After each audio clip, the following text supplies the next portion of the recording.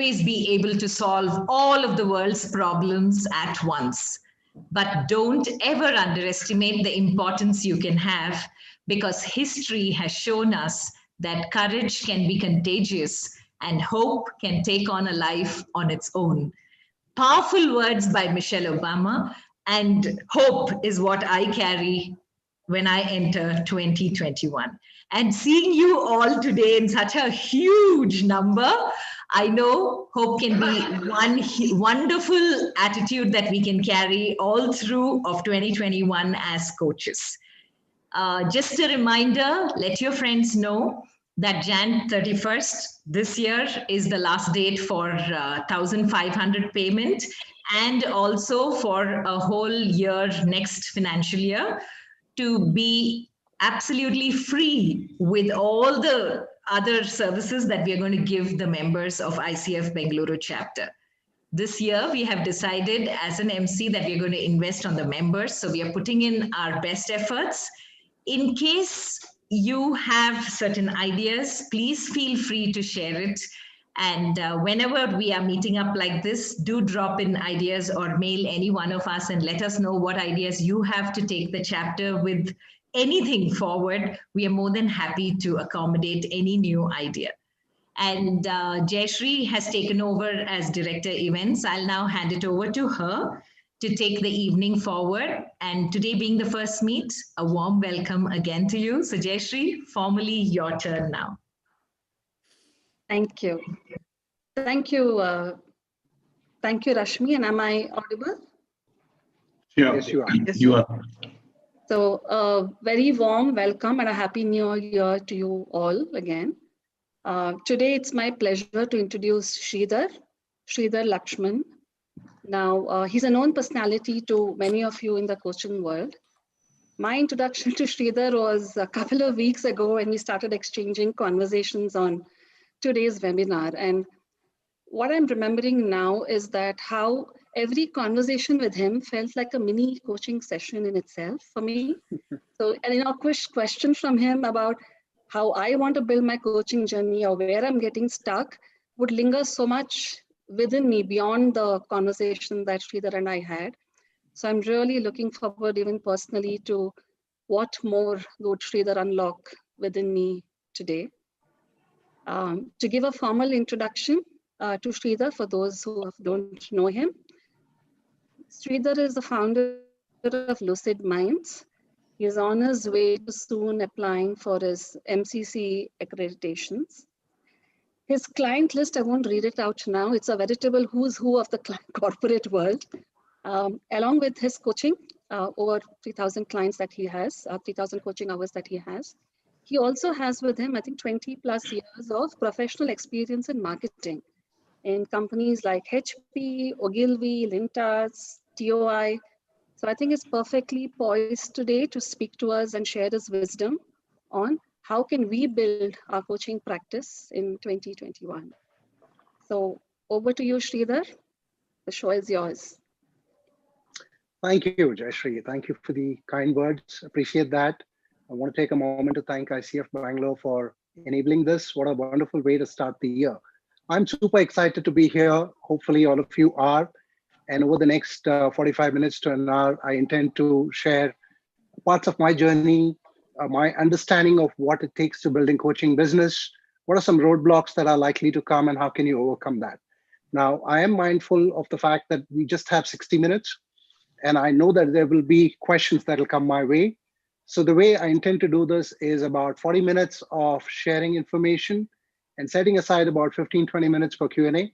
So if that's fine with everyone, I would request you to note down your questions as they come through the session and bring it at the end. I promise you I'll set aside 15-20 minutes for Q&A. So that probably is a more wiser way of using our time together. And if I'm not wrong, the session's being recorded, so it's going to be available for members to view later. So if there's something that you don't follow initially, you can come back and watch it. A couple of more pointers. One is please be aware that what I'm sharing has worked for me and in my limited knowledge could work for you. There are no guarantees. You have to own it. Like in coaching, we hand over the ownership to the client. And in this case, the ownership rests with you, what you want to do with the information that comes your way. Also, something that I've learned in my 10 years of running a business practice, the content being shared by me is my IP. Please use it. Kindly do not copy it. I've had instances of coaches replicating my content word for word, and it has not been a pleasant experience in the past. I know that the members who are here are committed and will not do that. It's something that I've made into a practice of speaking about in every session that I show up for. Super. With that, let's get started. I'm going to share my screen, and while I bring the screen up, the title of my talk or presentation today is about building a fulfilling coaching practice in 2021.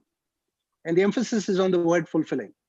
So I'd like you to take a moment and ask yourself, what has to happen in 2021 for you to feel there is fulfillment in your coaching practice? And I don't mean just from the work of coaching clients, but the business of building a coaching practice. What does fulfillment mean to you? Think about it. And as I share the screen, I'll ask you to maybe put it in the chat box. Jayashree, is the chat box enabled? Yes, it is. Fantastic. Okay, super. So let's get started. I'm going to just share my screen. Yeah. Fantastic. So just think about it. What does fulfillment mean to you in your own way of looking at it? And while I bring up my screen and start the presentation.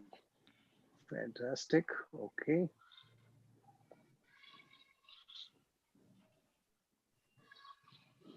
Here we are. Okay, hopefully it's visible to everyone. Super. So, building a fulfilling coaching practice, what does fulfillment mean to you? I know what it means to me. Now, what it means to me need not be the same as for you or for someone else. It's important that you become aware of what fulfillment is for you. For somebody, it could be revenue. For somebody, it could be a certain number of clients. For somebody, it could be making an entry into certain corporates, certain geographies. It could be about enhancing your own coaching experience. It could be about what new learning you're going to pick up. Identify that. I think intent, as you and I know as coaches, is very powerful. It's important for us to be aware of what our intention is. What does fulfillment mean for us? Okay, so start putting it into the chat. Let's see what's coming up. 360-degree satisfaction, right target of clients, 1 crore of revenue. Fantastic.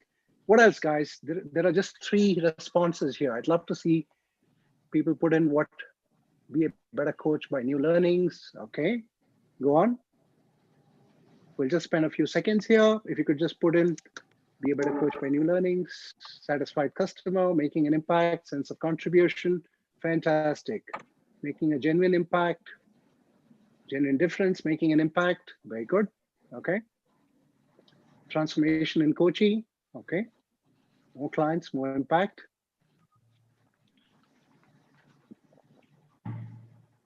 Under 100x my impact. Truly understanding insight into client under the new normal. Okay. Be confident of my skills, enjoy and value each session, of course, earn enough to sustain. Sure. And it's an important goal. Lovely. Okay. Super. So keep putting that in. I think it's something that is very personal to each of us. Now, Jayashree, can you please bring up the first poll? Sure.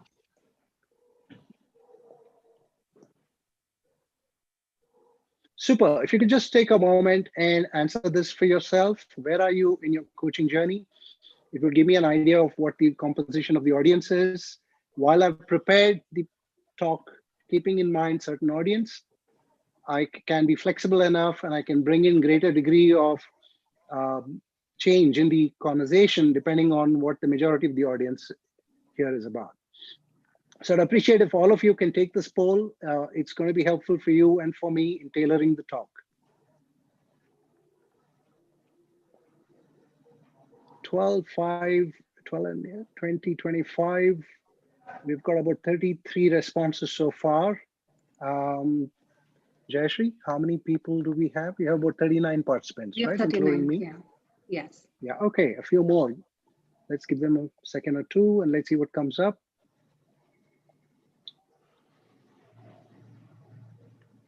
So I'm seeing about 48% of the audience is less than 3 years in their practice.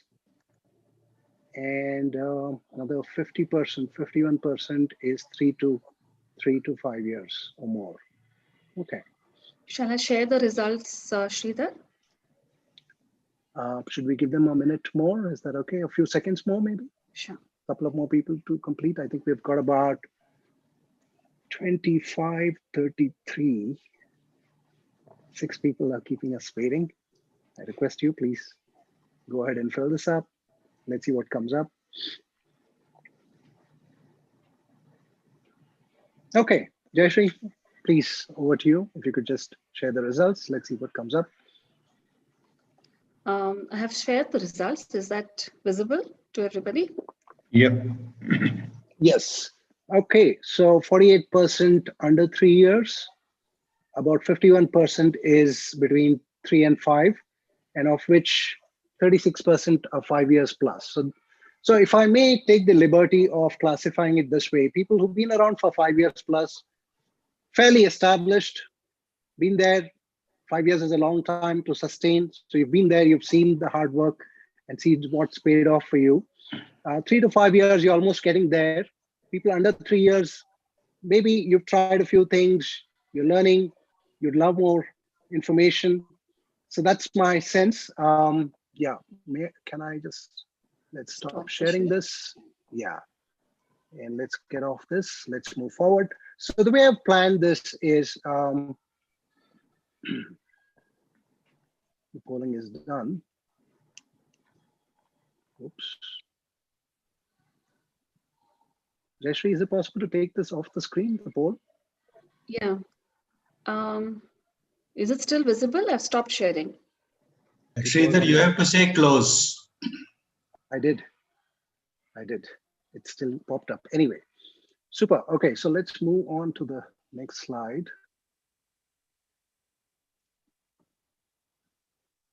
So let me know if at any point the screen is not visible. I'm going to address the elephant in the room first. In 10 years, in all the conversations I've had with coaches, it comes down to this time and again. How do I get clients? No matter what else I get asked, this question always features. Coach after coach after coach has asked me this, and I think it's a very valid question. It's fair.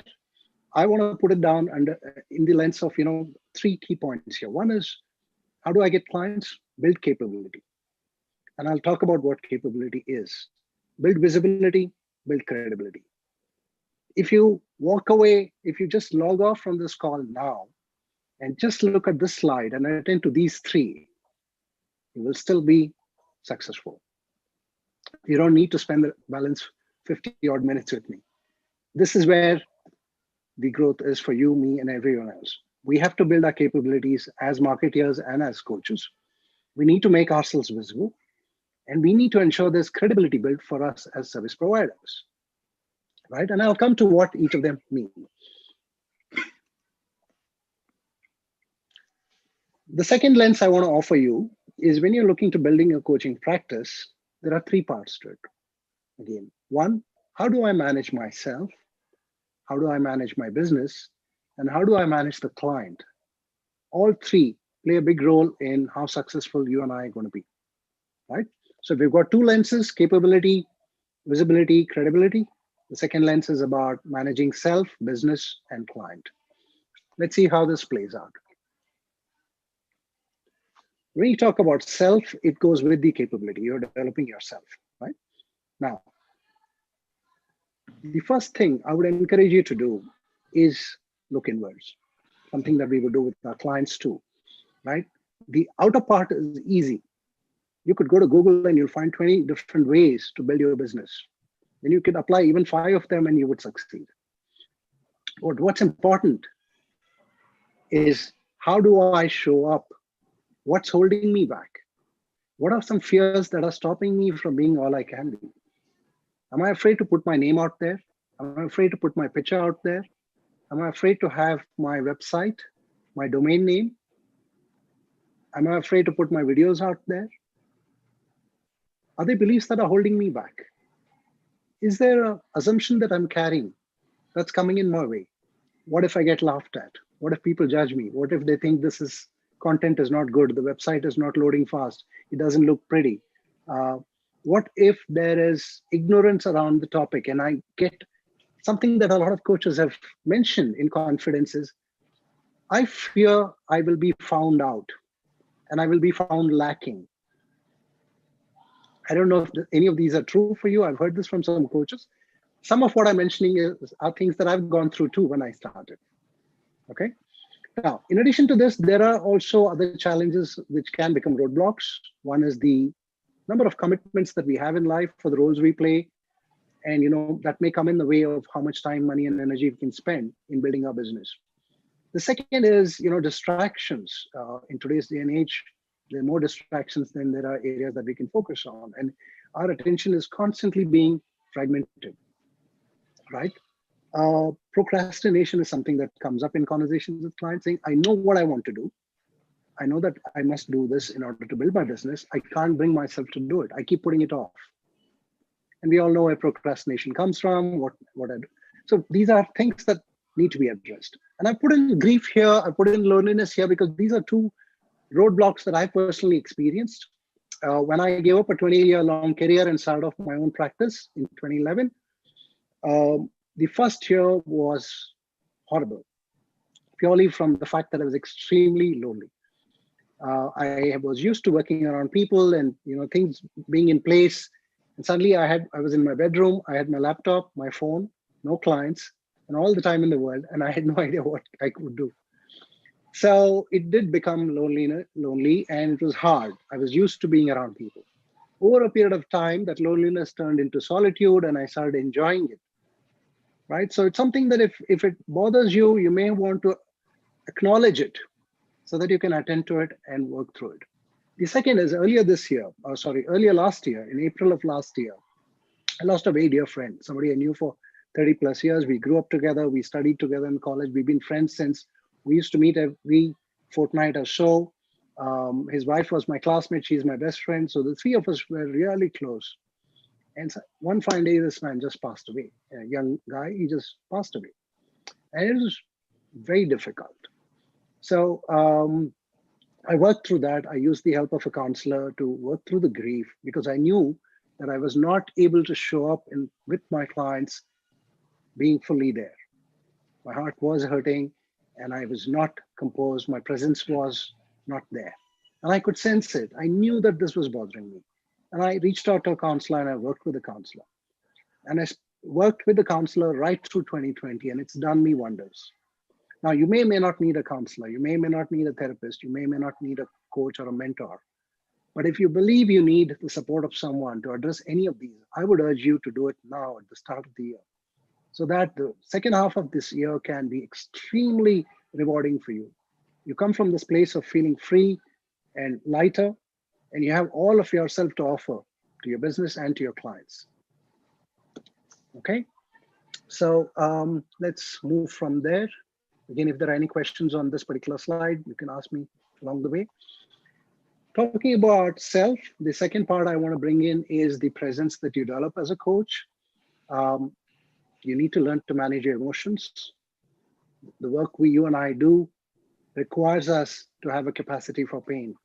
Clients will come and share stories that can be heartbreaking sometimes, that can be very disturbing, that can sometimes be very heavy.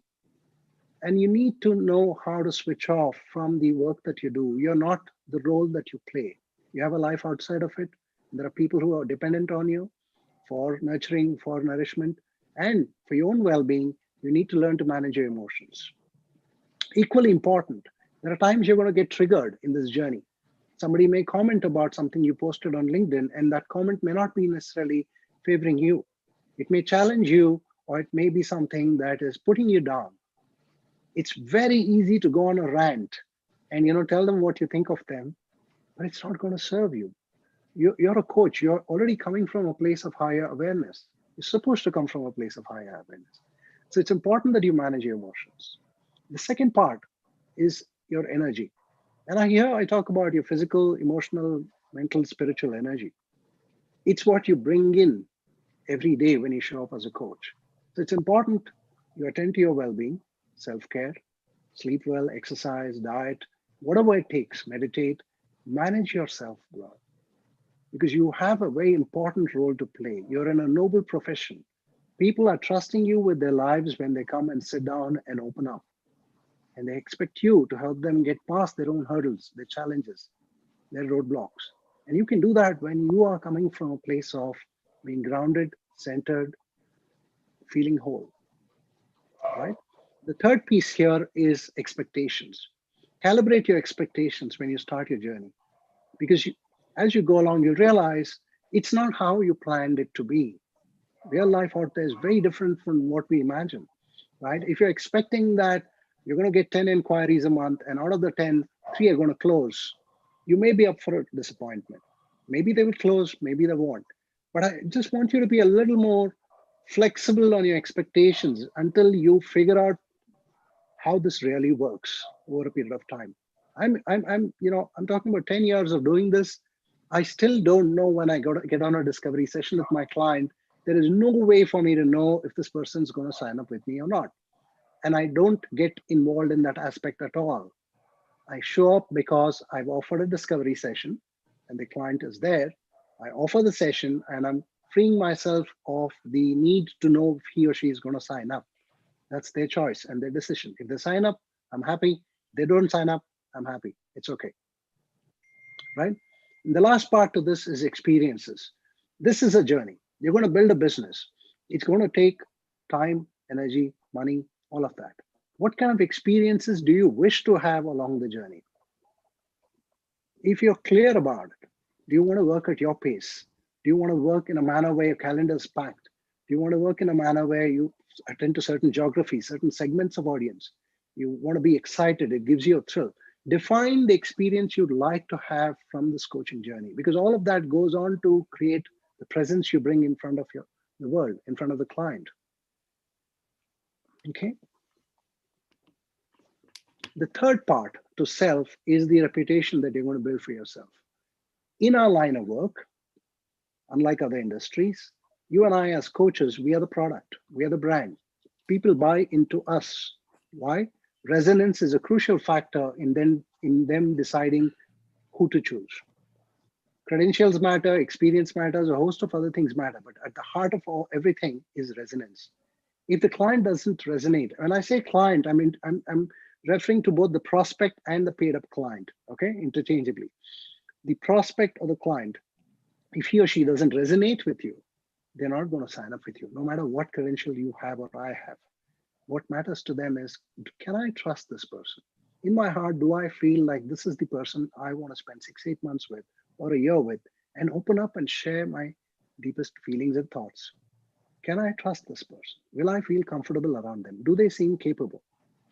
So it's important that you look at the values that you espouse, the habits, behaviors, traits that make you who you are. What part of this needs to be enhanced? What part needs to be enabled? Where are you seeing yourself coming in your way? What part of you do you feel could need with a little bit of tinkering, a little bit of fine tuning, a little bit of enhancement? Again, this might be a great time of the year to start and do this so that as you go into 2021, you're presenting your best self. Okay, so we've spoken about the self, the one part of the lens. Let's go to the business, which is about visibility. There are 4 quick questions that I'd like you to think about. Now, some of this was shared by me in the 2018 ICF Conclave.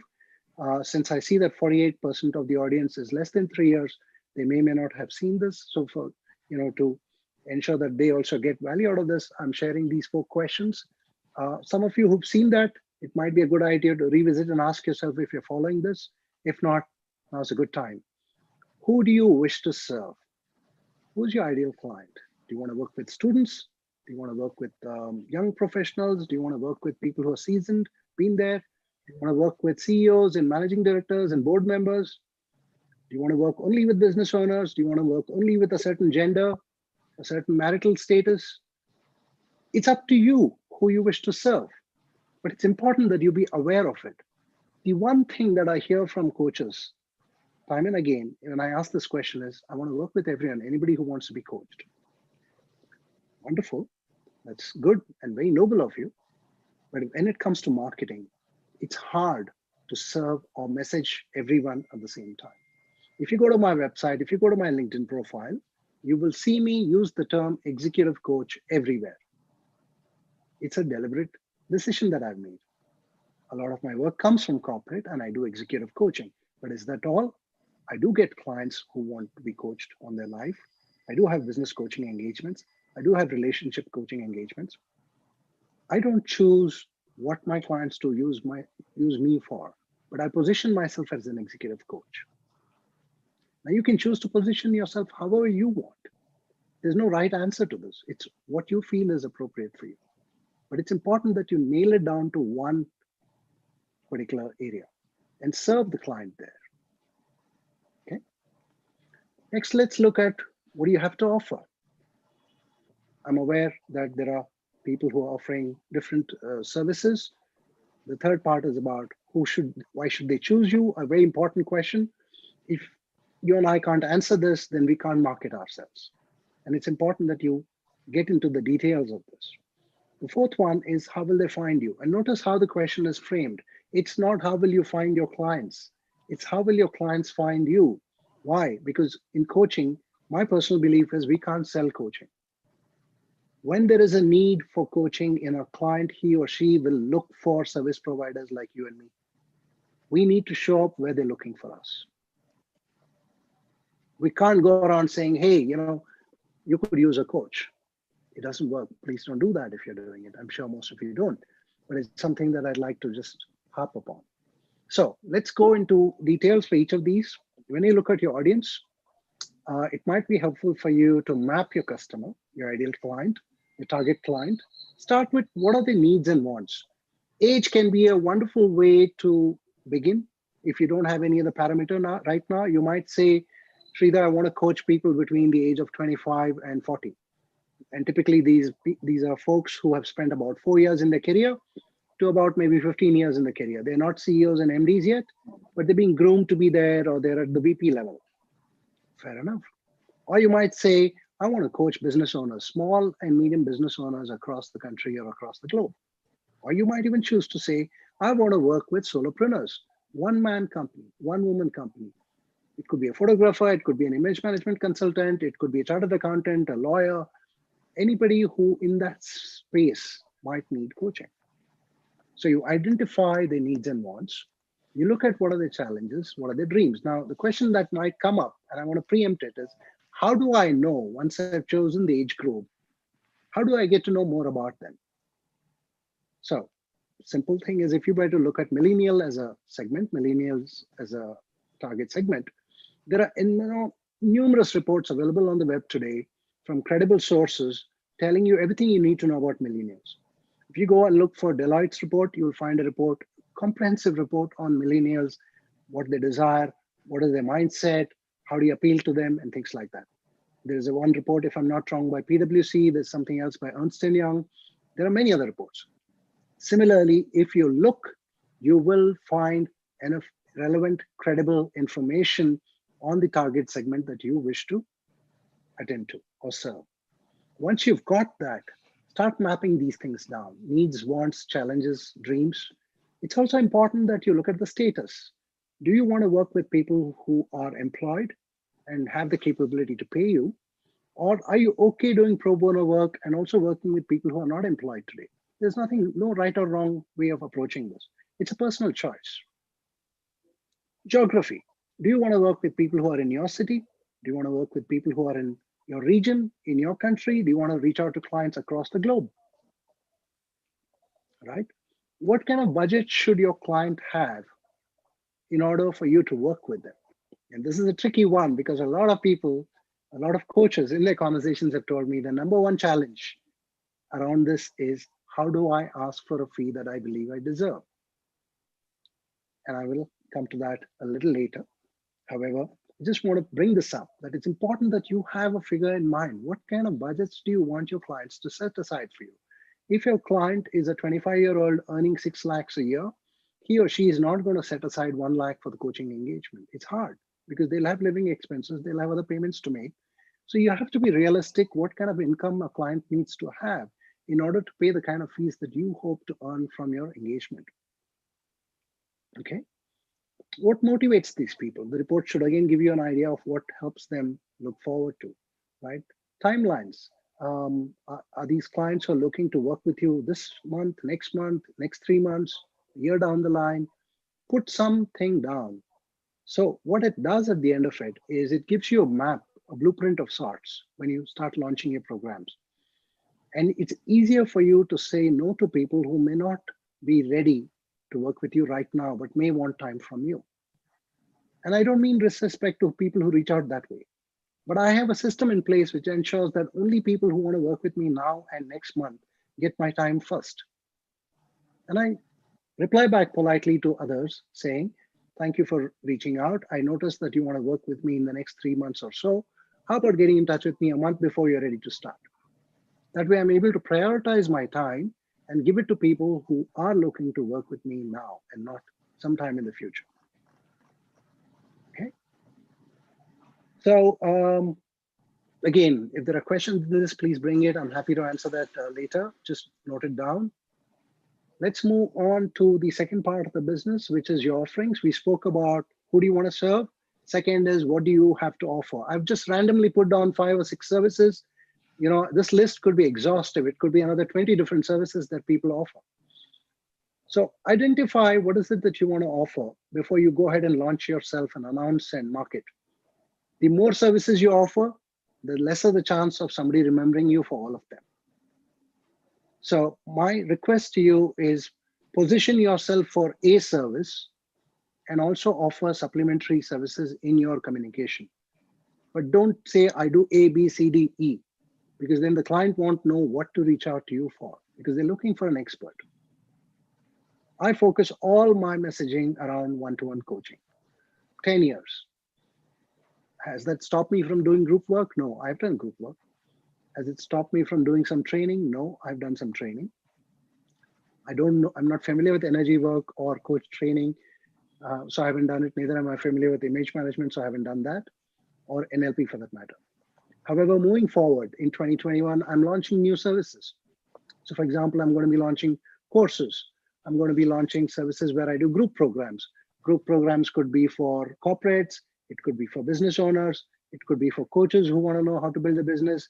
It could be for image management professionals. It could be for salaried employees. There are different topics that I intend to launch. Similarly, I'm also launching courses, which will be online courses. People can view at their time and place. And you know, the impact that I make will be larger without me spending one-on-one time. And there's a reason why I do this 10 years down the line. I didn't do it when I started, right? I needed the relevant experience and things like that. So let's move forward. The key question, why should somebody choose you? What is the value that you bring in? What is the value that I bring to my clients? What's the value you bring? How do you define the value?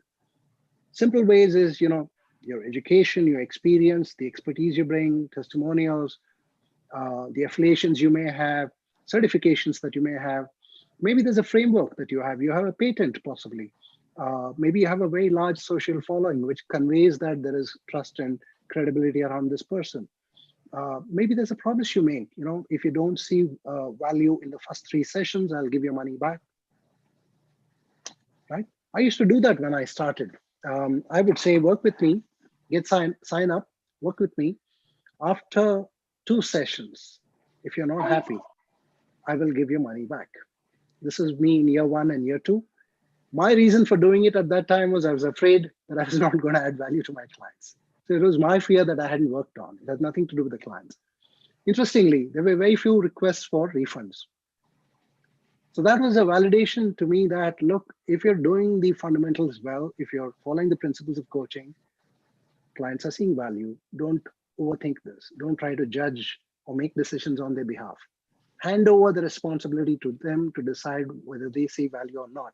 If nobody complains, continue doing what you're doing. And I've stayed with that line of thought. It served me, it served my clients. So it's important that you become aware of what is your differentiator. If you're not clear about it, how will your client know?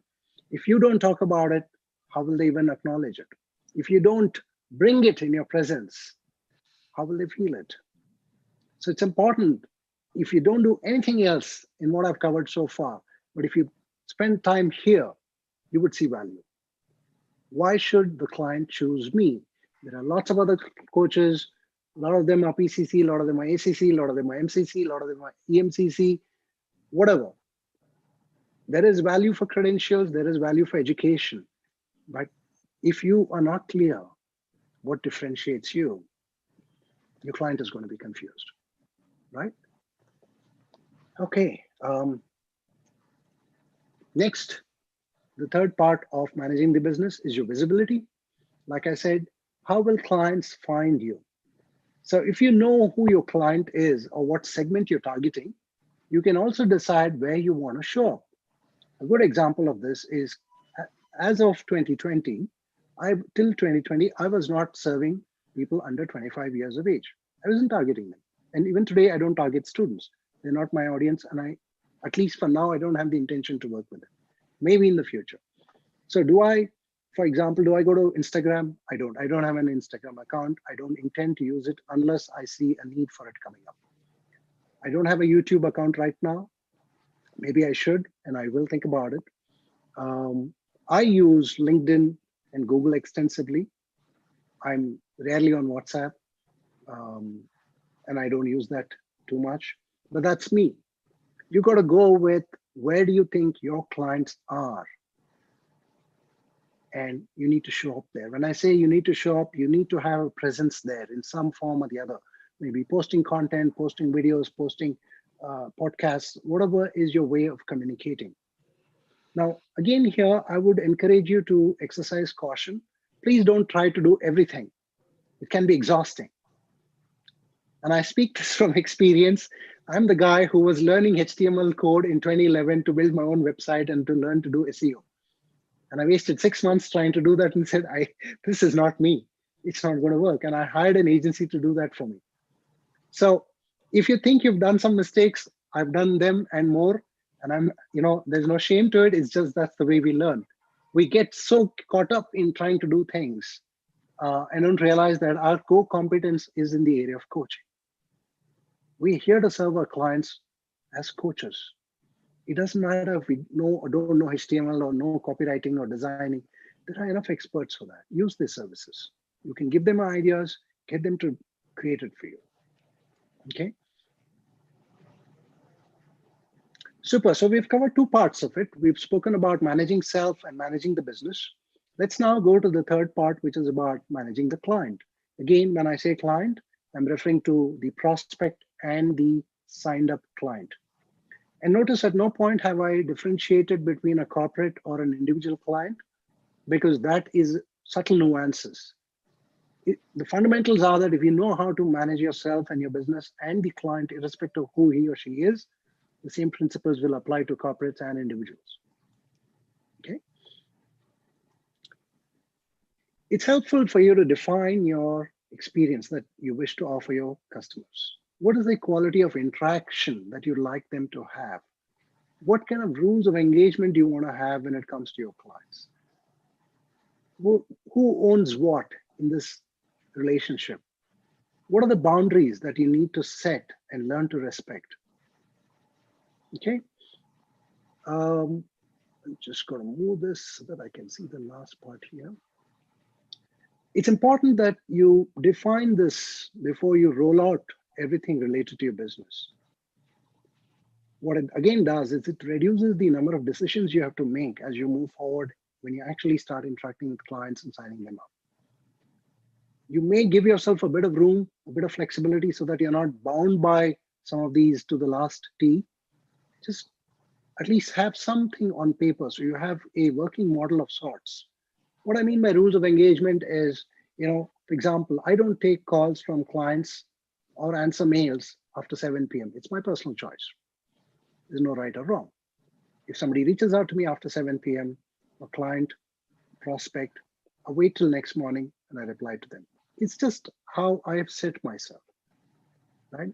Boundaries, similarly, you may want to choose, do you want to, accept friend requests from your clients on certain portals? Yes, no. Do you want to send them requests or not? When it comes to commercials, Be clear about how do you want to interact with clients when it comes to commercials. My learning or my observation has been, for a lot of people, talking about money is hard. So they will talk about everything except ask me what your fees are. It's probably, the social conditioning, but there's a lot of hesitation here. So how do you make it easy for your clients to ask you that question? How do you take the pressure off them? How do you make it gentle so that it lands, it just flows, and they don't feel this discomfort inside? Because who's to say or judge that what they're willing to pay or not pay is fair or unfair? You have a service to offer, they have a price to pay, and both are valid. It's a matter of matching them. It may match with you, it may match with someone else, and it's okay. So it's important that you be clear. Similarly, when you sign up a client, and let's say you have offered the client a payment plan, saying, okay, my fees are, let's say, 2 lakhs, and you can pay it over 6 months. It'll be 33,000, whatever, change into 6 months. And let's say you've told them that I'd like you to pay these fees by the 5th of each month. 6th comes by, 7th comes by, the client doesn't pay. Not because they don't want to pay. They're caught up in their life, their demands of the day, and they've forgotten about it. You may remember because you've set the agreement in your head, 6th is delayed payment. But for the client, he or she doesn't remember. And there's nothing wrong in that. It's just how life is. What will you do? Will you wait? Will you remind them? Are you comfortable reminding them? Are you afraid to remind them? Give this some thought. This is an area, again, I've heard coaches struggle with. There is fear about bringing up money with clients. And it's a false fear, because you're getting into a commercial agreement with the client. You're offering services, the client is parting with their hard-earned money, and they're paying for the value that you're bringing to the table. So there doesn't have to be shame on either side. Okay, so it's helpful if you have this defined. Even today, I have clients who unintentionally don't pay on time. And I send them a reminder. I send them an email reminder saying, just wanted to remind you, as per our coaching agreement, you're supposed to pay the fees on next date. I noticed the payment hasn't been made. Could you please take care of it today? Kindly ignore this mail if you've already made the payment. It's respectful, it's a gentle reminder. And guess what happens? 10 out of 10 clients respond saying, I'm really sorry, I missed it. I completely forgot, it was not top of mind. I'm going to set a reminder on my mobile. I'm going to set a reminder in my calendar. Somebody else says, can you remind me 2 days before the next payment? Okay.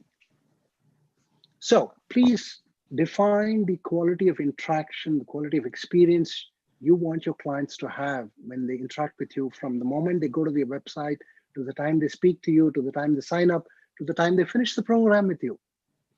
How do you want them to feel having interacted with you? What do you want them to tell others when they speak of you, when they speak of coaching? And that power rests with you to define this and to, move the ship in that direction.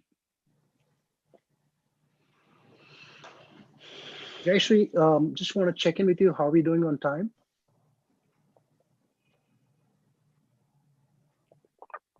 We have another 14 minutes with us, Sridhar. There are 1 or 2 questions on chat so far. If you would like to take them in the end, then maybe I'll get them. Yeah, when you, sorry, I don't have I don't wear a watch and I don't have my phone. What's the time, if you don't mind me asking? We have 14 minutes left, Sridhar. Including Q&A? Including Q&A. We are at 7:46. Oh, okay. My apologies. Then I got to speed up a little because I have a bit of content to cover. I want to make sure that it's useful. Super. So the first part about the client was this. The second part, like I said, is do what's right for the client, including telling them, don't sign up with me. And this is very important. When prospects reach out to you, most counseling, therapy, know is they need help. They're reaching out to you. So sometimes the need may not be for your service. Have the courage and have the, transparency to tell the client, thank you for reaching out. From what I hear from you, X or Y can serve you better, not me. Please reach out. If you'd like references, I'm happy to give you names and numbers. So what have we done? We've looked at two lenses. One is about the capability, visibility, credibility. The other one is about managing self, managing business and the client. There was a talk about new normal, which had come out in the, I think, the introduction. So my understanding of new normal, because different people have different expectations of new normal, is what is it? The pace of change is rapid now. Digital and technology is, getting into every aspect of our life, and it's getting very, very prominent. I may have 20 years of experience, but if you are able to offer more value than me with 2 years of experience, you will win any day in today's day and age. Value will trump experience because people are looking for value. Value plus experience is fantastic, but value by itself is also equally important. How does it impact you? You must have seen more and more coach platforms or coach aggregation agencies are coming into the country, and they're looking to sign up coaches in India and offer services. So they have engagements with clients, and they will bring you to offer a service. There's going to be pricing pressure because some of the other coaches may charge more than you, less than you.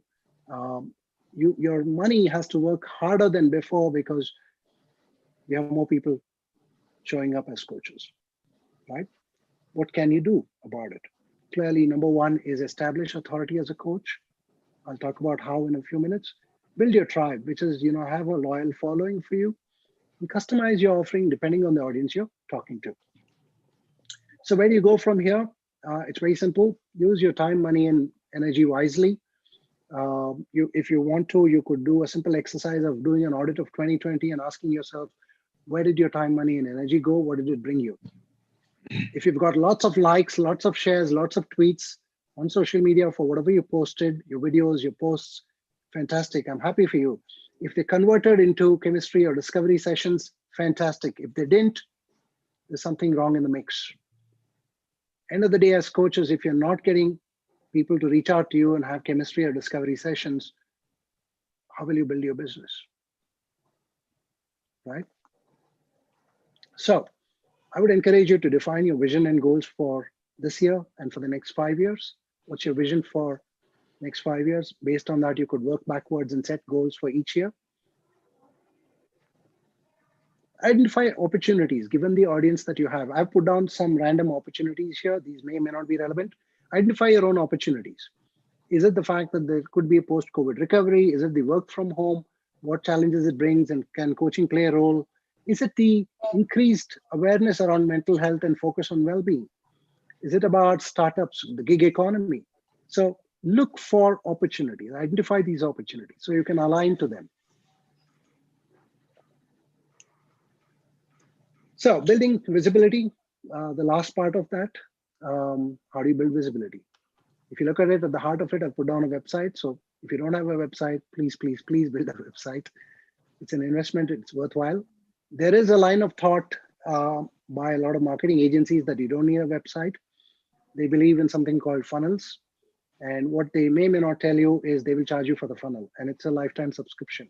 The day you stop paying for the funnel, you don't have access to your content or your audience.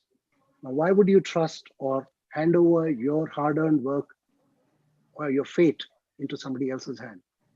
So please build your website. So it talks about you, informs the client about what you can do, cannot do. And then, depending on the audience, I'm not asking you to do all of this to build visibility. These are just some ideas. Depending on the audience and the offering that you have, do 3 things that you think will have greatest impact, right? When I talk about, a lot of them are self-explanatory, but I'll talk about 2 points here. One is about coaches. So the reason I put down coaches is one way is to reach out to coaches and say, hey, are you getting inquiries that you don't want to fulfill? Maybe these are inquiries where the client can't afford your fees, but they're still interested in being coached. Can you please pass them on to me? Now, the question then comes up, why would the coach do that? And that's something that you need to answer for yourself. What value are you willing to offer the coach in order for him or her to share the inquiry that they may have generated? Similarly, there are coach platforms which aggregate coaches. There are a lot of good ones, there are a lot of terrible ones. You've got to be mindful of who you sign up with. People will approach you and say, can you do a session for 300 rupees? Somebody else will say 500 rupees. Somebody else will say 3,000. Somebody will say 30,000. You have to go with who sounds credible, who seems to be fair. If you're going to do the coaching and somebody's taking 80% of the revenue, there's something wrong in that model. So while it's a good platform and while it's a way to get inquiries, you got to be mindful of who you associate with, right? Reach out to HR and L&D folks on LinkedIn, on other platforms. Introduce yourself, tell them that I'm a coach, I've just started, this is my credential, these are the kind of clients I'm willing to serve. If you have a requirement, please reach out to me. Don't spam them, write a polite message, write it, personalize it. I can't tell you the number of messages I get linked on LinkedIn, which is hi, and that's the service. I connect, and within 30 seconds, I have a message coming into my inbox. And it, most often than not, it is not relevant. I have people reaching out to me and say, ACC training, join our ACC coach training program. I wish they had spent a minute looking at my profile. I'm already a PCC. I'm aiming for my MCC. Why would I go and get trained for ACC now? There's nothing wrong in being an ACC, MCC, or a PCC. The question is, if you're reaching out to someone, spend time understanding who they are. Don't spam them, So that's important. WhatsApp seems to be growing. I'm aware of people who run a lot of groups on WhatsApp and coach people on WhatsApp. It's a personal choice. I haven't gone there. You could choose to if you feel it's relevant. Okay. Running a business virtually, which we are doing now, also requires you to organize your tools, right? Earlier, you would meet people in person. You would have an office and everything would be set up and you would go there. Today, you got to have everything running for you. So you'll have to make an investment in a camera. You'll have to make an investment in a platform like Zoom or whatever else that you choose to go with. You need to have a computer. Some of these are basic, you understand it, but I'm just saying, map it out for yourself so you know what you need to do. If you don't have a tax registration, you can't bill your clients, right? That's going to be the first hurdle, and it can be frustrating. You need to have a domain in order to host a website. Have you purchased the domain? What should be the domain? Should it be a .com, .in, something else? Should it have your name, your company name? These are all personal choices. Go figure this out, but put it down. Don't lose sight of this. It'll save you valuable time as you move forward.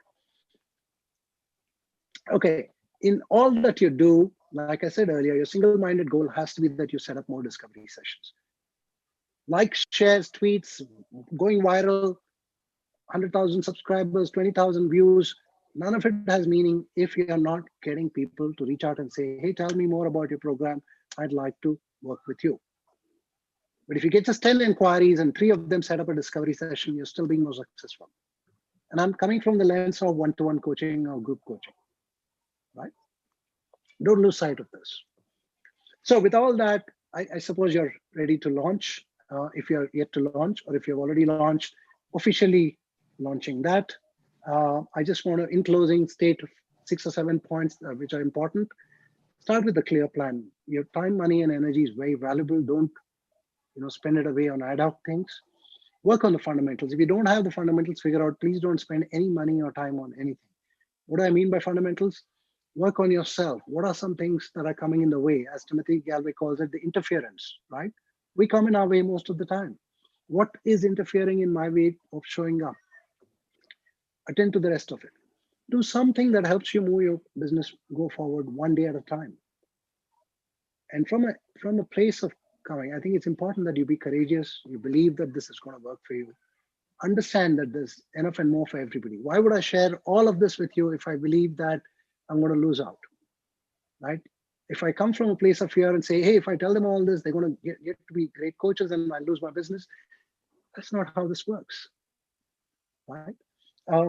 Invest in relevant learning. There are lots of learning programs coming. It's very tempting to keep signing up for learning. Invest in programs that matter to you, which are aligned to your vision and your goals. If you're building your business, put your money first in how to build a business better rather than learning some new way of coaching, right? And lastly, don't forget to have fun. It can get serious. There's a lot of intense moments in this line of work. Have fun, take care of yourself. So with that, I'm sorry if I ran a little over time, but I'm now open to questions. Happy to answer that, anything that may come up for you. And I'm okay to stay on the call 10 or 15 minutes longer than what was intended if you wish me to stay on it. And I respect your time. Just want to state that. Thank you so much, Sridhar. For all those who need to log out, thank you so much for joining us today.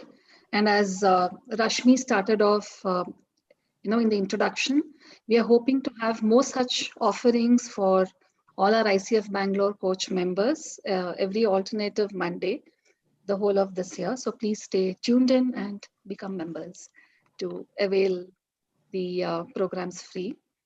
For those of you willing to stay on, we will be on for the next 10 minutes, Sridhar, 10, 15 minutes.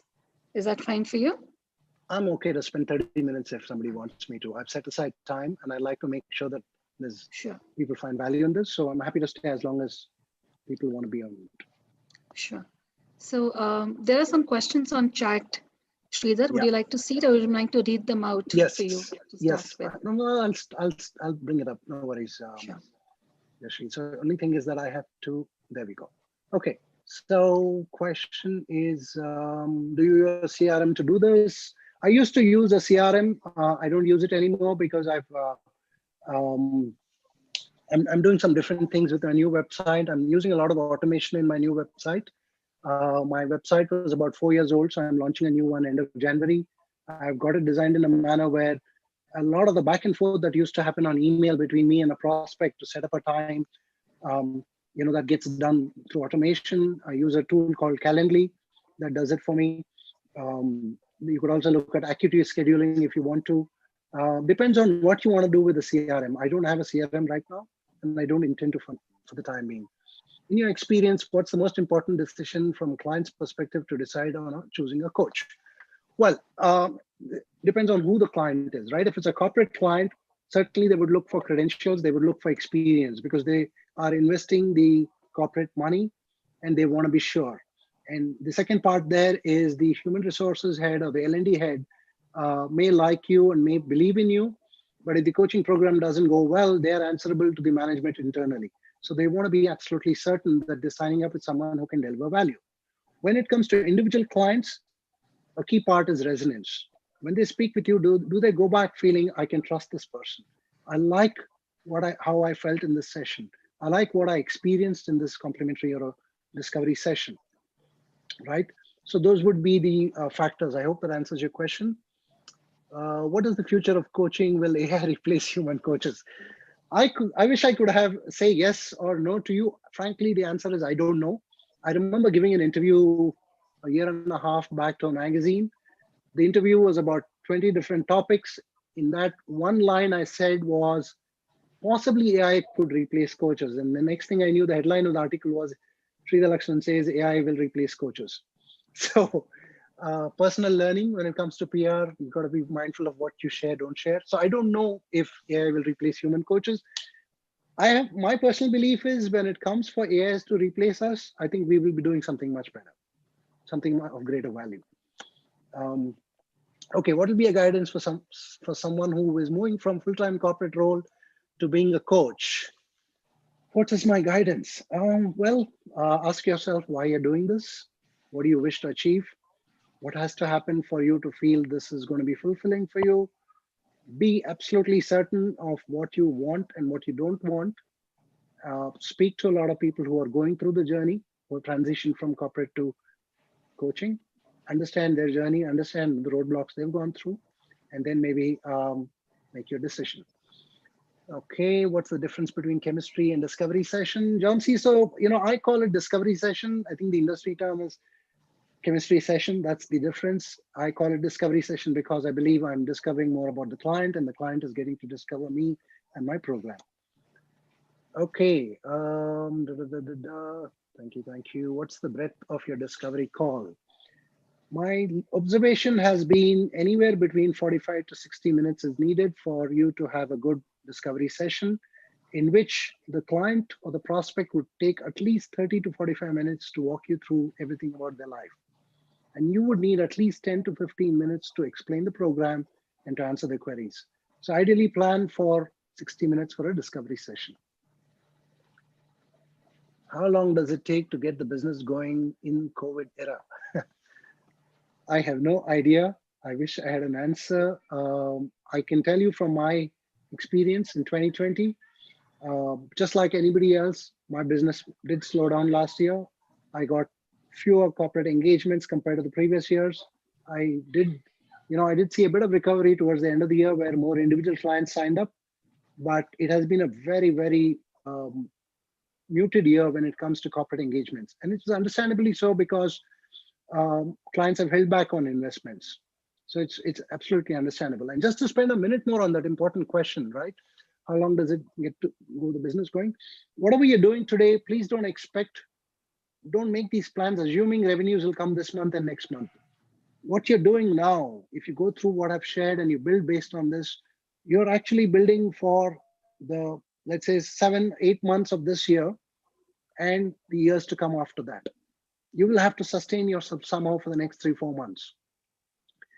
So if you work that way, you would have built a nice runway and you'll start experiencing better days as you move forward. How do you charge clients? What parameters do you use? Sunil, I'm not sure if I understand your question clearly. I'll try and articulate this in the best way I think I understood it. How do I charge is I have a certain set of fees that I have for clients. And when it comes to corporates, to some degree, there is negotiation between the corporate and me and whatever the budget. With individuals, I'm clear this is my fee and that's what I offer. I do have different programs priced at different fees. So that gives the client an option to choose A, B, or C. For example, I could offer a 1-year program. I could offer a 6-month program. And within 6-month program, I could offer a budget program within the 6 months. So the client can choose the one which works for them. I also offer part payment plans. So it makes it easier for clients to pay me on a monthly basis. So I hope that answers your question. Okay, I've answered, I think, everything that came up. If there are more questions, please feel free to ask me. Happy to clarify. You can even maybe unmute yourself and ask me if you'd like to. My question, have you been able to close any client without a discovery? Yes, I have. Okay. But I wouldn't encourage that because I think it's just one-off. It's a draw of luck. Somebody just says, I've heard so much about you, I want to work with you. When do we start? But those are far and few. Discovery sessions are important. I had a discovery session. I started off, I was on a break for 10 days. I started off my working day today. And my first call this morning was with a prospect in Malaysia who had reached out, an entrepreneur who wants to be coached, had set up a discovery session with me. And I did that this morning. A lot of what I shared with you today also is something that the client is experiencing as an entrepreneur. So, yeah. Sridhar, may I request you to stop the share screen? So maybe we can see who wants to raise their hand and speak. Thank you. Yeah, I'm so sorry. If you'd like me to share any particular slide or go back and clarify more on that, happy to do that. Should I mute myself? I have one more question. Yes, John, go ahead. So in discovery session again, what would you, how do you conduct the discovery session? You again ask for client, what do they want to discuss? How do you go? Okay, I'll give you a very quick overview. You could maybe jot down the points. I can't elaborate because it will take longer. The first thing to note about discovery session is it's about the client. It's not about me. So a large portion of the time has to go towards them. So the way I structure it is, assuming that you and I are on the call and you're my prospect, I'd begin by first stating the confidentiality statement and reassuring them that it's safe, non-judgmental space. And then I'd tell them that, ideally this discovery session would be helpful if you can share a little about yourself, where you are, what's going on, what do you believe the role of a coach here is, and then I'll walk you through how the program works. And they say, okay, and they get started. As they speak, I then check in with them saying, is there anything else you'd like to share? Based on what they've shared, I then ask them some questions, which is actually in a manner, John C., to put it very briefly, it's 70% of it is actually a coaching session. You're getting them to experience a coaching session. And as a result of that, he or she will decide if they want to work with you or not. The balance 15-20% is you explaining the program, the modules, the structure, how it works, and what are the commercials, what are the terms. Some of them straight away tell you, I'm good to go. When do I get the agreement? Some say, give me a day, I'll get back to you. Some come back, some never come back, and all of that's okay. Does that answer your question, John C? I'm still a little confused about, the questions which you ask. Is it more from what they share, or you would Yes. really give a coaching session during that time? Is the question. It would be based on what they share. So that's where the coaching comes in. For example, somebody might say, I've been feeling very overwhelmed, Sridhar. Okay.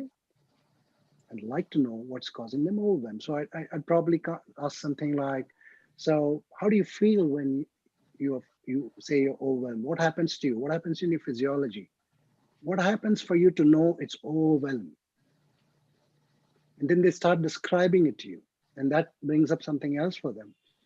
Or it could be, they say, I don't know how to make a business plan. Okay. What have you done about it so far? They might say, I've not approached anyone. I'm afraid to reach out to people. So it's not a full coaching session because the time doesn't permit, and that's not the intent, but you're giving them a flavor of a coaching conversation. They need to experience the session. And I should have mentioned this earlier. Coaching is experiential. You and I can talk about it till the cows come home. We could have all the websites, all the brochures. It still doesn't capture the nuances and the beauty of coaching. It is experiential. So that's why I insist, spend your time setting up discovery sessions. Get the client to experience you. And if there's resonance, they sign up. If there's not, it's a sign to you and me that we need to get better at that aspect of our work. Right. Thank you. Thank you, Sridhar. You're welcome. Any other questions? Maybe any last question for the day? I don't see anything in the chat.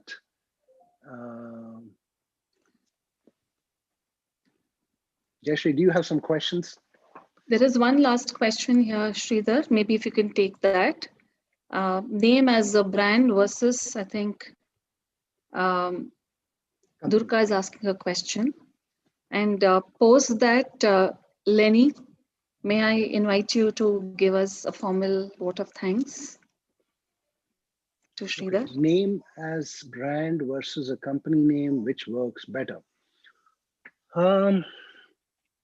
Well, I use both for a simple reason that people look for me by name. And my learning has been that companies like to work with companies as against working with individuals. They're a little uncomfortable with working with an individual. They're not sure if this person will live up to the promise, will they deliver, because money is changing hands. So there's a sense of greater credibility when there's a company to it. When I say company, it could be sole proprietorship, it could be a company, it could be LLP, LLC, whatever it is, right? So that's one reason. Second, I think is it's completely up to you. I'm 10 years in the business. If you go to my website, it has Lucid Minds, and I talk about myself as Sridhar Lakshman. If I take away Lucid Minds from there, I may not really lose much, though I may be associated with the brand. I could continue building on Sridhar Lakshman as a brand. It's a personal choice, I feel. I prefer keeping both for now. That's the only logical explanation I can offer you, Durga. I don't know if that clarifies. Yeah, it does. Thank you. Just an additional, question to that. Please. So Lucid Minds has a separate website and Sridhar Lakshman has a separate website. Is that good to have it that way? I'm not checked for Lucid Minds, but that's something that I'm, thinking about and putting together. It's a good point you're bringing up, Durga. Provided I have different offerings. So Okay. suppose Sridhar Lakshman was about executive coaching and Lucid Minds coaching was about, let's say, online courses and targeting only business owners. So they're two separate audiences. Messaging will be different, offerings will be different. All right. Thank you. Otherwise, Google will get confused. Sridhar Lakshman, SEO, he talks about executive coaching. Lucid Minds is talking about executive coaching. Sridhar Lakshman has Lucid Minds on his website. End of the day, we also have to plan our lives based on how the digital mechanisms work, right? So that's the reason it has to be maybe separate names if you have separate. Just one more point, Durga, and that is that it also means more work. I have to manage 2 websites. I have to hire an agency to take care of 2 websites, SEO for both of them. There are costs involved. So it's a bit tricky. You've got to be careful if you wish to go down that path. Thank you for the input. You're most welcome. Great. Thanks a lot. I think we've had a fantastic session. Sridhar, thank you so much for making this happen. And as always, I remember the last session that you gave us with, during the coaching conclave, and it was such a hit. I said, we have to have Sridhar back. And thank you, members, for joining in. I really love the way the questions kept pouring in and the participation here. And Sridhar, you really demonstrated coaching even in this session, starting off with, trying to figure out through the polls what everybody really wanted to hear and where they were coming from.